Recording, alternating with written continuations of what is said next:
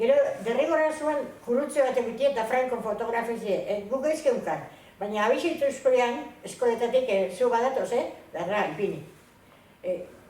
Eskutak egunka zen, normalien, gu zen ni Kristos ni Patriaz, umiek.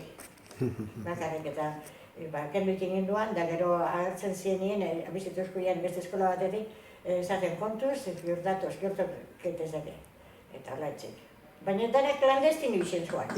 Baina gero etorri zuan abade bat berrizera,